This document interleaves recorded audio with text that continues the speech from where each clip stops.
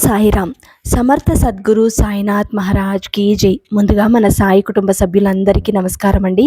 అందరూ కూడా సుఖంగా, సంతోషంగా, ఆరోగ్యంగా బాగుండాలని మనస్ఫూర్తిగా కోరుకుంటూ ఈరోజు వీడియో మొదలు పెడుతున్నాను. ఇక ఈరోజు వీడియోలో బాబాగారు ఏం చెప్పబోతున్నారు అంటే, తల్లి, రానున్న రాజయోగం నువ్వు కంటున్న కల ఒక్క రోజులో నిజమవుతాయి. నీ కష్టం తీరిపోయినట్టే. నిర్లక్ష్యం చేయకుండా వినమ్మా అని చెప్పి బాబాగారు ఒక గొప్ప సందేశాన్ని ఈరోజు మన కోసం అందిస్తున్నారండి. మనకున్న బాధలు, కష్టాలు అన్నీ ప్రక్కన పెట్టి ఈరోజు సాయి మీద భక్తి శ్రద్ధలతో బాబాగారు ఏం చెప్పాలి అనుకుంటున్నారో మనస్ఫూర్తిగా బాబాగారి మీద నమ్మకం ఉంచి ఈరోజు బాబాగారు చెప్పే మాటలు పూర్తిగా అర్థం చేసుకోండి. మన జీవితంలో సమస్యలనేవి మామూలే, కానీ ఆ సమస్యలు పోగొట్టుకోవడానికి భగవంతుడు ఏదో ఒక రూపంలో మార్గం అయితే అందిస్తూ ఉంటాడు. ఆ మార్గంలో మనం వెళ్ళాలి అంటే ఆ దైవబలం అనేది ఉండాలి. ఆ దైవశక్తి మనకు తోడవ్వాలంటే బాబాగారి సందేశం వినాలి. ఈరోజు బాబాగారు అందిస్తున్న సందేశం ఏంటో తెలుసుకోవాలంటే ఈరోజు ఈ చిన్న కథని వినాల్సిందే. ఒక ఊరిలో ఒక వ్యక్తి చెప్పులు కుట్టుకుంటూ జీవనం సాగించేవాడు. అతనికి 2 కుమారులుండేవారు. అతను తయారు చేసిన చెప్పులను తన కొడుకుల చేతికి ఇచ్చి ఊర్లో అమ్ముకురమ్మని చెబుతాడు. అలా వచ్చేటప్పుడు ఇంట్లో కావలసిన సరుకులు తీసుకురమ్మని అలాగే ఇద్దరికి చెబుతాడు. ఇద్దరు సమానంగా చెప్పులు తీసుకుని ఊర్లోకి అలా వెళ్తారు. అలా ఇద్దరు అన్నదమ్ములు మాట్లాడుకుంటూ వెళ్తారు. పక్క ఊరిలో జనాభా ఎక్కువగా ఉంటుంది కాబట్టి అక్కడికి వెళ్తే మన చెప్పులు తొందరగా కొనుగోలు అవుతాయి అని మాట్లాడుకుంటూ వెళ్తారు. అలా ఒక ఊరిలోకి అడుగు పెట్టగానే ఒక తల్లి కొడుకు ఇద్దరు నడుచుకుంటూ వస్తూ ఉంటారు. ఆ చిన్న పిల్లాడికి ఒక ముళ్ళు గుచ్చుకుంటుంది. ఆ నొప్పితో ఆ పిల్లవాడు బాధపడుతూ అమ్మని చెప్పులు తీసిమని అడుగుతాడు. అలాగే తోటి స్నేహితులతో కూడా ఆడటానికి నాకు బాగుంటుందమ్మా తీసి అని అడుగుతాడు. ఆ పిల్లవాడి అమ్మేమో ఇప్పటికిప్పుడు చెప్పులంటే డబ్బులు ఎక్కువగా ఉండాలి కదా బాబు, ఇప్పుడు అవ్వదులే, ఎప్పుడైనా తీసిస్తా అని అంటుంది. ఈ అన్నాదమ్ములిద్దరూ చెప్పులు తీసుకుని సరాసరి వారి దగ్గరికే వస్తారు. అలా వచ్చి చెప్పులు కావాలా అని అడిగితే ఆ తల్లి ఒకసారి బేరమాడుతుంది. ఎంత అవుతుంది అని అడుగుతుంది. ఆ కొడుకుకి సరిపడ చెప్పులు ఉన్నాయా అని అడుగుతుంది. వీరేమో ఉన్నాయని చెప్పి చెప్పులు చేతికి ఇవ్వగానే చూసి బాగున్నాయని చెప్పి ఎంత అని అడిగితే 4 అణాలని చెబుతారు. 4 అణాలు ఇవ్వడానికి నాకు అంత స్తోమత లేదు అని చెప్పి తిరిగి ఆ చెప్పులు వెనక్కి ఇచ్చేసి ఆ పిల్లాడిని తీసుకొని వెళ్ళిపోతుంది. అప్పుడు అన్నాదమ్ములు ఇలా మాట్లాడుకుంటారు. అయ్యో, ఆ పిల్లవాడికి ముళ్ళు గుచ్చుకొని ఎంత బాధపడ్డాడో, ఆ పిల్లవాడు చెప్పులు వేసుకొని ఉంటే ఎంత బాగుండో, అయినా 2 అణాలకు అమ్మలసిన చెప్పులని 4 అణాలని ఎందుకు చెప్పావు అని తమ్ముడంటాడు. అప్పుడు అన్న ఇలా అంటాడు, అయినా వాళ్ళు చెప్పులు తీసుకునే రకం కాదు, వాడి దగ్గర డబ్బు లేదని నాకు తెలుసు అని అంటాడు. అలా ఇద్దరు మాట్లాడుకుంటూ ముందుకు సాగిపోతారు. అలా వెళుతూ ఒక వ్యక్తి వచ్చి చెప్పులు అడుగుతాడు. ఎంత అని అడిగితే ఇద్దరు, ఒకరు 2 అణాలంటారు, మరొకరు 4 అణాలంటారు. ఒక్కొక్కరు ఒక్కొక్క రేటు చెబుతారు. అప్పుడు అతను, ఏంటి ఒక్కొక్కరు ఒక్కొక్క రేటు చెబుతున్నారు, అసలు 2 అణాలా 4 అణాలా అని అడుగుతాడు. అలా ఏమీ లేదు, నా దగ్గర ఉన్న చెప్పులు నాణ్యతమైనవి, అందుకని నేను 4 అణాలకు అమ్ముతున్నాను. అతని దగ్గర నాణ్యత తక్కువగా ఉన్నాయి, అందుకని అతను 2 అణాలకు అమ్ముతున్నాడు. రెండిటిని చూస్తే ఒకేలాగా ఉన్నాయి, నాకు తక్కువ ధరకే కావాలి అని చెప్పి అతను తక్కువ ధర ఉన్న చెప్పులనే తీసుకుని వెళ్ళిపోతాడు. అప్పుడు పెద్దోడు చిన్నోడిని తిడతాడు. నిన్ను ఊరికే ఉండమని చెప్పాను, చెప్పుల బాధ్యత నాన్న నాకు అప్పగించాడు, నేనే ఎలాగైనా సరే కష్టపడి అమ్ముతాను, నువ్వు నాతో పాటు ఊరికే రా అని చెబుతాడు. అలా పెద్దవాడేమో తన నాన్న చెప్పిన ప్రకారం అమ్మకుండా 1 అణ 2 అణాలు ఎక్కువగానే డబ్బు తీసుకుని ఇతరులతో అమ్ముతున్నాడు. ఈ విషయం మాత్రం తమ్ముడికి నచ్చలేదు.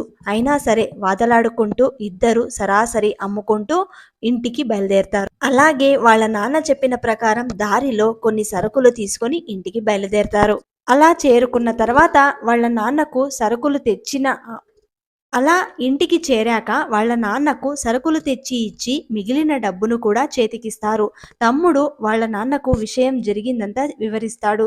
నాన్న, నువ్వు చెప్పిన ప్రకారం కాకుండా 2 అణాలు ఎక్కువ తీసుకొని చెప్పులు అమ్మాడు అని తమ్ముడు నాన్నతో అంటే, అప్పుడు పెద్దోడు, నీకేం తెలీదు, నువ్వు ఊరికే ఉండు, నాన్న వీడి వల్ల ఇంకా ఎక్కువ రావాల్సిన డబ్బు కూడా రాలేకపోయింది. ఎక్కడ చూసినా తక్కువ ధరకే అమ్మాలని చూశాడు. వీడి వల్లనే ఇంకా తక్కువ డబ్బు వచ్చింది అని చెప్పి వాదలాడతాడు. అదేంటి పెద్దోడా, నేను చెప్పింది 4 అణాలు కాదు 2 అణాలు తీసుకోమని. నువ్వెందుకు 4 అణాలు తీసుకున్నావు? అలా తీసుకోవడం మోసం కాదా అని చెబుతాడు వాళ్ళ నాన్న. రేపటి నుంచి నేను చెప్పిన విధంగా 2 అణాలకు మాత్రమే అమ్ము. సొంత తెలివితేటలు ఉపయోగించవద్దు. అర్థమైందా అంటాడు వాళ్ళ నాన్న. అప్పుడు మరుసటి రోజు కూడా ఇదే విధంగా కొన్ని జతలు చెప్పులు ఇచ్చి ఇద్దరిని మళ్ళీ ఊర్లోకి పంపుతాడు. అలా ఇద్దరూ కలిసి ఊరి చివరి దాకా వెళ్తారు. ఊరి చివరి దాకా వెళ్ళిన తర్వాత రాము ఇలా అంటాడు, ఒరే దాము, నువ్వు వేరే ఊరికి వెళ్ళు. అక్కడ వెళ్ళి చెప్పులు అమ్మిరా. నువ్వు ఎంత సంపాదిస్తావో ఈరోజు నేను చూస్తాను. దాముని వేరే ఊరికి పంపుతాడు. దాము ఇలా అంటాడు, నాన్న చెప్పింది ఇద్దరూ కలిసి చెప్పులు అమ్ముకొని రమ్మని. కానీ ఇంటికి వెళ్ళిన తర్వాత నాన్న ఏమైనా అంటే అది నువ్వే పడాలి అని చెబుతాడు దాము. అలా ఇద్దరు చెరొక ఊరికి వెళ్ళిపోతారు. అలా రాము కొద్ది దూరము వెళ్ళిన తర్వాత ఒక వ్యక్తి వస్తాడు. వ్యక్తి వచ్చి చెప్పులు అడుగుతాడు. ఎంతయ్యా అని అడిగితే 4 అణాలని చెబుతాడు. అదేంటి చాలా ఎక్కువ చెబుతున్నావే అని అంటాడు. ఇవి చాలా నాణ్యతమైన చెప్పులయ్యా. నువ్వు ఎలా నడిచినా నీకు సంవత్సరం దాకా ఇవి వస్తాయి అని చెబుతాడు. అతనేమో నేను సంవత్సరం ముందు ఇవి తీసుకున్నాను. నేను 2 అణాలకే తీసుకున్నాను. మరి ఇంత ధర చెబుతున్నావేంటి అని అంటాడు. మీరు తీసుకున్నవి నాణ్యత తక్కువ ఉండొచ్చు, కానీ నేను ఇస్తున్నవి 4 అణాలు. ఎందుకంటే ఇవి నాణ్యత గల చెప్పులు, తోలుతో చేసినవి అని చెబుతాడు. సరే అయితే ఇవ్వు అని చెప్పి అతను 4 అణాలు ఇచ్చి తీసుకుని వెళ్ళిపోతాడు. అప్పుడు ఇతను మనసులో ఇలా అనుకుంటాడు, రాము, దాము ఒకవేళ ఉండి ఉంటే నా దగ్గర చెప్పులు తీసుకొని ఇచ్చేవాడు కాదు. ఈ 4 అణాలు నాకు వచ్చేవి కాదు అని మనసులో అనుకుంటాడు.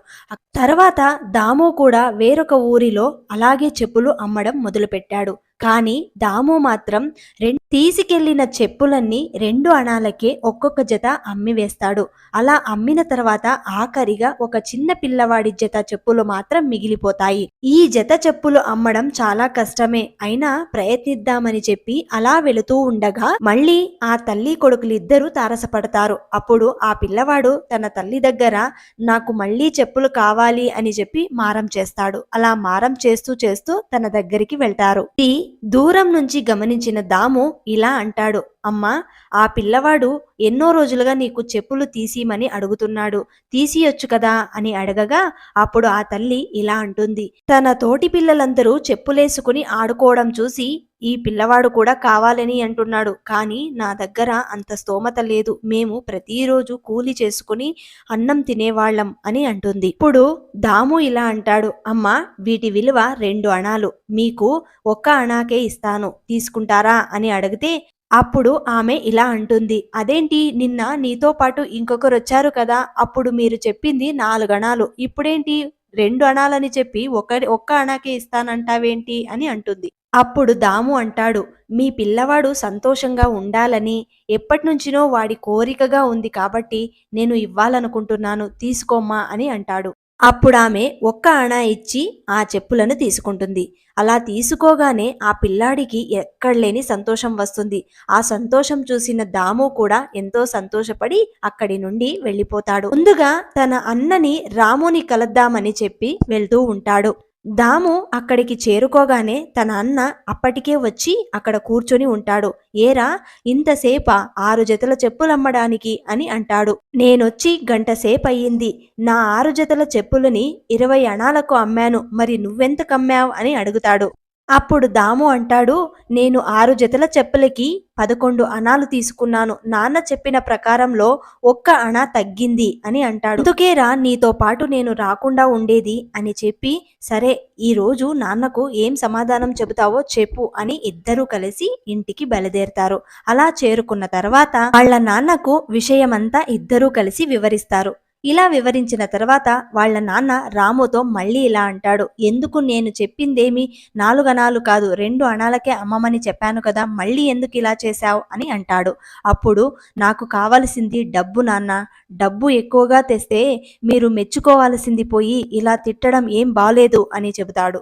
తర్వాత దాముతో కూడా వాళ్ళ నాన్న ఇలా అంటాడు, ఒరే, 1 రూపాయి తక్కువ ఎందుకు అమ్మావు అని అంటాడు. అప్పుడు దాము ఇలా అంటాడు, నాన్న, ఆ పిల్లవాడి సంతోషం, ఆనందం మాటల్లో చెప్పలేనిది. ఎన్నో రోజులుగా వాడు చెప్పుల కోసం తిరుగుతూ ఉన్నాడు.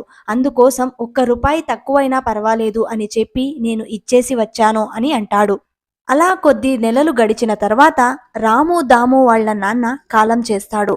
అలా కాలం చేసిన తర్వాత సొంత కాళ్లతో నిలబడాలని చెప్పి ఇద్దరూ కలిసి చెరొకరు చెప్పులను తయారు చేసుకుంటూ ఒక్కొక్కరు ఒక్కొక్క ఊరిలో అమ్ముకోవడం మొదలు పెడతారు. ఇలా చేస్తూ ఉండగా రాము డబ్బు వ్యామోహంతో చెప్పులు నాణ్యత లేకుండా తయారు చేయడం మొదలు పెడతాడు. ఇలా 6 జతలు తయారు చేయడం మానేసి 10 జతలు చెప్పులు తయారు చేయడం మొదలు పెడతాడు. తర్వాత ఒక రోజు ఇద్దరు అన్నదమ్ములు కూర్చొని మాట్లాడుకుంటారు. ఒరే, మనమిద్దరం పెద్దవాళ్లమైపోయాము కాబట్టి నీ సంపాదన నీది, నా సంపాదన నాది అని రాము నేనిక్కడే ఉంటాను, నువ్వు వేరొక ఇల్లు తీసుకో అని చెబుతాడు. అప్పుడు దాము కూడా ఇలాగే అంటాడు, నేను ఈ ఇంట్లో ఎట్టి పరిస్థితుల్లోనూ ఉండను, ఇక వేరే చోట వెళ్ళిపోతాను అని చెప్పి దాము కూడా వేరొక చోట ఇల్లు కట్టుకోవడం ప్రారంభిస్తాడు. అలా దాము ఇల్లు కట్టుకొని అక్కడే కొట్టులో చెప్పులు తయారు చేయడం ప్రారంభిస్తాడు. అలా దాము తన ఇంటి ముందు చెప్పులు కుట్టుకుంటూ ఉండగా ఒక వృద్ధుడు వస్తాడు. అక్కడికి వచ్చి, అయ్యా, 2 రోజులయ్యింది అన్నం తిని, నాకు చాలా ఆకలిగా ఉంది, ఏమైనా కొంచెం పెడతావా అని అడుగుతాడు. అప్పుడు వెంటనే దాము తన దగ్గర ఉన్న ఇంట్లోని రొట్టెలు 2 తెచ్చి ఆ తాతకు ఇస్తాడు. ఆ తాత వెంటనే కూర్చొని 2 గబగబా తినేస్తాడు. అప్పుడు ఆ తాత ఎంతో తృప్తిగా, చాలా సంతోషం బాబు, చల్లగా ఉండు అని అక్కడే కొద్దిసేపు కూర్చుంటాడు. అలా కూర్చొని ఉండగా ఈ దాము కాళ్ల వైపు చూస్తాడు. కాళ్ళు బాగా వాచిపోయి ఉంటాయి ఆ తాతకు. అప్పుడు దాము తాతని అడుగుతాడు, ఎందుకు తాత నీ కాళ్ళు ఇలా ఉన్నాయి అని అడిగితే ఆ తాత చెబుతాడు, ఎండనక గాలనక వాననక తిరుగుతూ ఉన్నాను, చెప్పులు లేవయ్యా అని అంటాడు. అప్పుడు దాము చెప్పులు వెంటనే కుట్టి ఆ తాతకు ఇస్తాడు. ఇదిగో తీసుకో, చెప్పులు వేసుకో అని చెబుతాడు. ఆ తాత ఇలా అంటాడు, ఇప్పటికే నా కడుపు నింపావు, నాకు నీ చెప్పులు వద్దయ్యా, నాకు ఇలాగే అలవాటయ్యింది, నాకేమొద్దు అని అంటాడు. అయినా సరే దాము బలవంతంగా తాతకు చెప్పులు తొడుగుతాడు. అలా ఆకలి నింపిన దాము చెప్పులతో పాటు కొంత డబ్బు కూడా ఆ తాతకు ఇస్తాడు. నీకు ఏమైనా అవసరం వస్తే నా దగ్గరకు రా తాత, నీకు ఆకలిగా ఉన్నా సరే నేను అన్నం పెడతాను, ఎప్పుడైనా సరే ఈ దాము ఉన్నాడని గుర్తించి నా దగ్గరకు రండి అని చెబుతాడు. అప్పుడు ఆ తాత, నువ్వు ఎక్కడున్నా సంతోషంగా ఉండాలి బాబు అని చెప్పి అక్కడి నుండి నిదానంగా వెళ్ళిపోతాడు. తరువాత దాము కూడా తన పని తాను చేసుకుంటూ కష్టంలో ఉన్నవారికి తనకు చేతనైనంత సహాయం ఇతరులకు చేసుకుంటూ సంతోషంగా ఉన్నాడు. తర్వాత ఒకరోజు దాము ఇంటి వైపు ఒక సాధువు వస్తాడు. ఆ సాధువు దగ్గరికి రాగానే, దాము బాగున్నావా అని అడుగుతాడు. అప్పుడు దాము ఆశ్చర్యంగా చూసి సాధువుకి నమస్కారం చెప్పి, నేను నిన్ను ఎప్పుడూ చూడలేదు, నా పేరు నీకు ఎలా తెలుసు అని అడుగుతాడు. అప్పుడు ఆ సాధువు ఇలా అంటాడు, నాకు నువ్వు బాగా తెలుసు, కానీ నేనే నీకు తెలీదు. ఎందుకంటే నువ్వు చేసే దాన ధర్మాలు, ఎన్నో మంచి పనులు నాకు ఎంతగానో నచ్చాయి. నీకొచ్చే కొద్దిపాటి సంపదని కూడా ఇతరులతో పంచుకుంటూ ఎంతో సంతోషంగా ఉన్నావు. అప్పుడు దాము ఇలా అంటాడు, అదేమీ లేదు, నా ముందు ఎవరైనా బాధపడితే నేను చూడలేను, నా వంతు సహాయం నేను చేయగలను అంతే అని చెబుతాడు. అప్పుడు సాధువు ఇలా అంటాడు, నీ దగ్గర కొంత డబ్బు ఉన్నా సరే నువ్వు ఇంత సహాయం చేస్తున్నావు, అదే నీ దగ్గర ఎక్కువ డబ్బు ఉంటే ఇంకెంత సహాయం చేసేవాడివో అని చెప్పి, నా దగ్గర ఒక వజ్రం ఉంది, ఆ వజ్రాన్ని తీసుకొని నీకు కావలసినంత డబ్బుని పోగు చేసుకొని ఇతరులకు కూడా సహాయం చెయ్యి అని చెప్పి ఆ వజ్రం ఇవ్వబోతుండగా అప్పుడు దాము ఇలా అంటాడు, నా చేతులు మంచిగా లేవు, ఆ వజ్రాన్ని ఒక గుడ్డలో కట్టి ఇక్కడే నా ప్రక్కన పెట్టు అని చెబుతాడు. మళ్ళీ నేను చేతులు కడుక్కొని తీసుకుంటాను అని చెబుతాడు. అలా చెప్పగా ఆ సాధువు అక్కడ పెట్టి వెళ్ళిపోతాడు. అలా గడుస్తున్న సమయంలో దాము దగ్గరికి వారి అన్న రాము వస్తాడు. రాము రాగానే అతని యోగక్షేమాలన్నీ దాము అడుగుతాడు. అప్పుడు రాము ఇలా అంటాడు, నా పరిస్థితి ఏమీ బాగోలేదు, నా దుకాణం కూడా మూసివేశాను, చెప్పులలో నాణ్యత లేకపోవడంతో ఆ చెప్పులని తిరిగి నాకే ఇచ్చేస్తున్నారు, దాంతోపాటు డబ్బులు కూడా ఇవ్వమని బేరాలాడుతున్నారు. అప్పుడు దాము ఇలా అంటాడు, నేను మొదటి నుండి నీకు చెబుతూనే ఉన్నాను, నాణ్యతని తగ్గించవద్దు, దాంతో పాటు డబ్బులు కూడా ఎక్కువ తీసుకుంటున్నావు, అందుకే నీకు ఇలా జరిగింది అని అంటాడు. అవును దాము, నువ్వు చెప్పింది నిజమే. నీ మాటలు విని ఉంటే ఇప్పటికి నేను చాలా బాగుండేవాణ్ణి. ఇప్పుడు చూడు నా పరిస్థితి ఎలా ఉందో. దుకాణం ఎక్కడ పెట్టినా నన్ను గుర్తించి నా దగ్గర చెప్పులు కొనడం మానేస్తున్నారు. అప్పుడు దాము ఇలా అంటాడు, నువ్వేం బాధపడకు, ఇక మీదట నువ్వు నాతో పాటు ఇక్కడే ఉండు, నేను చూసుకుంటాను, నా వ్యాపారం బాగానే ఉంది అని చెబుతాడు. అలా ఇద్దరూ కలిసి తమ వృత్తిని కొనసాగిస్తూ ఉంటారు. అలా ఒకరోజు ఆ సాధువు, వజ్రమిచ్చిన సాధువు మళ్ళీ తిరిగి వస్తాడు. తిరిగి వచ్చి దాముతో ఇలా అంటాడు, అదేంటి దాము, నువ్వు ఇంకా ఇలాగే ఉన్నావే? ఆ వజ్రం తీసుకుని సొంత ఇల్లు కట్టుకోలేదా, సొంత వ్యాపారం పెట్టుకోలేదా అని అడుగుతాడు. అప్పుడు దాము ఇలా అంటాడు, మీరు ఎక్కడ వజ్రం పెట్టారో అక్కడే ఉంది, నేను కూడా చూడలేదు. ఎందుకంటే అది చూస్తే నాలో వ్యామోహం మొదలవుతుంది, డబ్బు మీద ఆశ కలుగుతుంది. కాబట్టి ఇప్పుడు ఉన్న సంతోషం నాకు చాలు. ఇప్పుడు నా వ్యాపారం ఎంతో చక్కగా నడుస్తుంది, నాకు అది చాలు అని అంటాడు.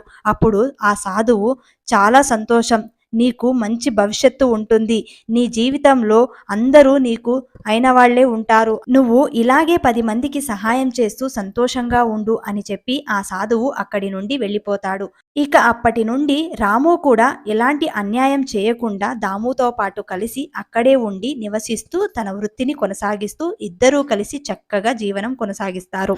దీన్ని బట్టి బాబాగారు ఏం చెప్పాలి అనుకుంటున్నారంటే, జీవితంలో కష్టాలు సుఖాలు ప్రతి మనిషికి సహజంగానే ఉంటాయి. కానీ ఎవరైతే కష్టం విలువ తెలిసి ఉంటారో వారు వాళ్ళ కష్టాన్ని మాత్రమే నమ్ముకొని బ్రతుకుతూ ఉంటారు. అలాగే ఏ చిన్న సహాయం కూడా ఇతరుల నుండి ఆశపడరు. చేతనైతే ఒకరికి సహాయం చేస్తారే తప్ప ఇతరుల నుండి ఏదీ ఆశించరు. కాబట్టి మనం ఎప్పుడైతే మనం ధర్మంగా మన కష్టాన్ని నమ్ముకొని చేతనైనంత సహాయం చేదోడు వాదోడుగా ఇతరుల పట్ల మనం బ్రతకగలుగుతామో అలాంటి వారికి జీవితకాలం దైవం తోడుగా ఉంటుంది. అలాంటి వారు ఎప్పుడు గెలుపును మాత్రమే చూస్తారు. తాత్కాలికంగా కష్టాలను అనుభవించినా ఆ కష్టం దూరం చేయడానికి భగవంతుడి కృప ఎప్పుడూ ఉంటుంది. మరి ఈరోజు బాబాగారు అందించిన ఈ సందేశం మీకు నచ్చినట్లయితే శ్రద్ధ సబూరి అని కమెంట్ చేసి అందరికీ అందేలాగా షేర్ చేయండి, లైక్ చేయండి. మళ్ళీ ఇంకొక మంచి వీడియోతోటి మీ ముందుంటాను. అంతవరకు సెలవు. సర్వే జన సుఖినో భవంతు. జై సాయిరామ్.